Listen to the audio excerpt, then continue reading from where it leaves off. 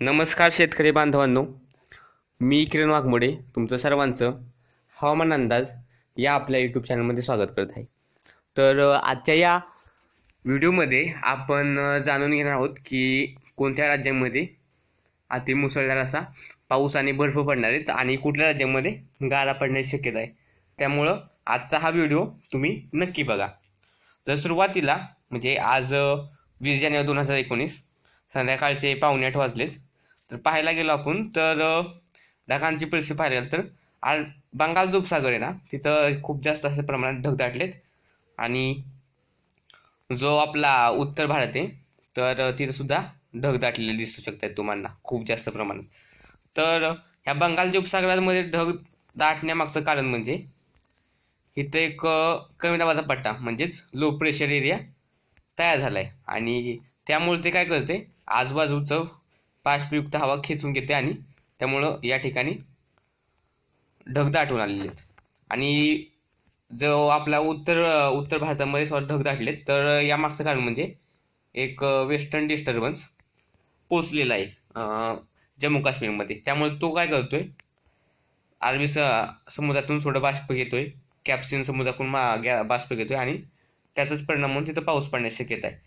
तर western disturbance म्हणजे काय आणि तो आल्यामुळे आपल्या राज्यातील थंडी कमी का होते आणि तो निघून गेल्यानंतर थंडी का वाढते. तर यावरचा मी एक व्हिडिओ बनवला आहे, तर तो व्हिडिओ सुद्धा तुम्ही पाहू शकता. त्यामुळं तुम्हाला वेस्टर्न डिस्टर्बन्सबद्दल संपूर्ण माहिती भेटेल.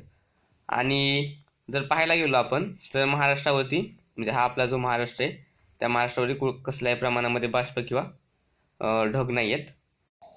जरी आपल्या राज्यामध्ये पावसाची शक्यता नसली तरी तुम्हाला सांगा गेलं तर जो जम्मू काश्मीर, हिमाचल प्रदेश आणि उत्तराखंड जर या ठिकाणी काय जायचं लोकांचा जर प्लॅन असेल की तिथं आज फिरायला जायचं तर त्यांनी तो मनातून काढून टाकावं. कारण येत्या 2 दिवसात खूप मुसळधार असा पाऊस आणि बर्फवृष्टी जम्मू काश्मीर, हिमाचल प्रदेश आणि उत्तराखंड या राज्यांमध्ये होणार आहे. आणि तसंच जो पंजाब, हरियाणा, उत्तर राजस्थान आणि दिल्लीचा काही भाग आहे तर या भागामध्ये सुद्धा पाऊस पडणार आहे आणि कदाचित तिथं गारासुद्धा पडू शकत आहेत. जर आपण हवेची दिशा म्हणजे कुठून हवा वाहते तर कुठे कमी दाबाचं क्षेत्र तयार झालं ते सांगितलं तुम्हाला. कमी दाबाचं क्षेत्र तयार झालेलं आहे जे बंगालच्या उपसागरात आहे, तर ते तुम्ही इथं पाहू शकताय.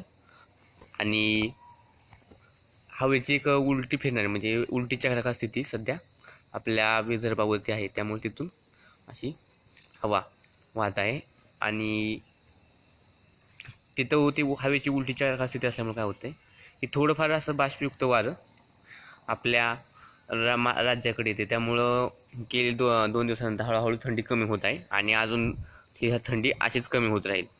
आणि जे उत्तरेकडचं थंड वारं आहे जे की आपल्या राज्याकडे येत होतं याचं त्याला पण अडथळा आलेला आहे आणि त्यामुळं सध्या तरी राज्यामध्ये थंडी कमी होणार आहे. फक्त 1-2 असे जिल्हे आहेत जिथे थोडीशी थंडी जाणवल. तर ते कुठले जिल्हे आहेत तर ते आपण व्हिडिओच्या शेवटपर्यंत जर व्हिडिओ पाहिला तर ते आपण जिल्ह्यांनी हा जो सांगतो ना म्हणजे कुठं थंडी राहील तर त्यात तुम्हाला नक्की सांगेल. त्यामुळे व्हिडिओ शेवटपर्यंत बघा. जर आपण हवेतील पाण्याचे प्रमाण म्हणजेच हवेतील बाष्प वॉटर वेपर ते पाहायला गेलं तर ते सुद्धा आपला जो महाराष्ट्र आहे त्या महाराष्ट्रावर कसल्याही प्रकारचं बाष्प नाही आहे. आणि जे बाकीचा जो भाग आहे अरबी समुद्र किंवा बंगालचा उपसागर या भागामध्ये खूप जास्त असं बाष्प आहे. आणि उत्तर भारतावरील सुद्धा राज्यांमध्ये जे जम्मू काश्मीर, हिमाचल प्रदेश किंवा पंजाब, हरियाणा, उत्तराखंड आणि राजस्थानचा भाग आहे तिथं थोडंफार बाष्प आहे. तर राज्यामध्ये बाष्प नसल्यामुळे काय होईल की दिवसा थोडीसा म्हणजे सूर्याची प्रखर किरणे पडतील आणि त्यामुळं दिवसा थोडासा ऊन वाढेल आणि रात्री थोडीशी थंडी कमीच होणार आहे, जास्त थंडी राहणार नाही.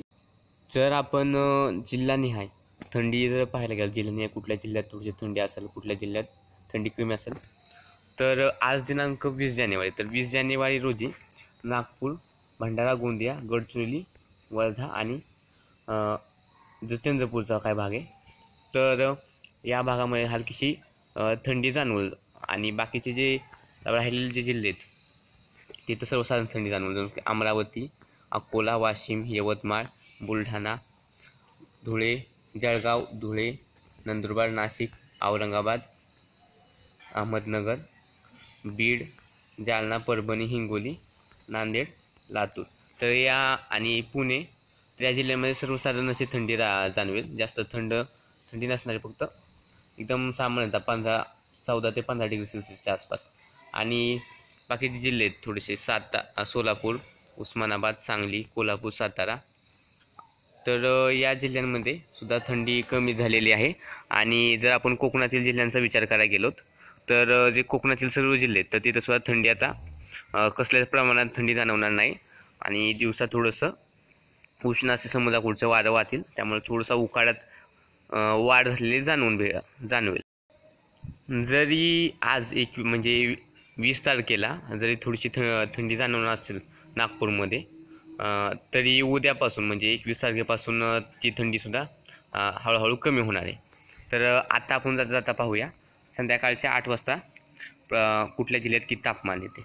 तर Ratnagiri 26 degree Celsius, Satara 22 degree Celsius, Sangli 21 degree Celsius, Kolhapur 21 degree Celsius, Solapur 26 degree Celsius, Pune 23 degree Celsius, Latur 20 degree Celsius, Mumbai 25 degree Celsius, Thane Palghar 23 degree Celsius, Nashik 22 degree Celsius, Ahmednagar 22 degree Celsius, Aurangabad 22 degree Celsius, Jalgaon 25 degree Celsius, Amravati 21 degree Celsius, Washim 21 degree Celsius, Nanded 21 degree Celsius, आणि जे नागपूरमध्ये सुद्धा 21 degree Celsius, आणि Nandurbar 26 degree Celsius. तर आजच्या या हवामान अंदाजामध्ये एवढंच. व्हिडिओ आवडला तर नक्कीच लाईक करा आणि आपला हा जो हवामान अंदाज चॅनल आहे तो जास्तीत जास्त शेतकऱ्यांपर्यंत पोहोचवा. तर आजच्या व्हिडिओमध्ये एवढंच. पुन्हा भेटूया असाच एक व्हिडिओ घेऊन. तोपर्यंत नमस्कार.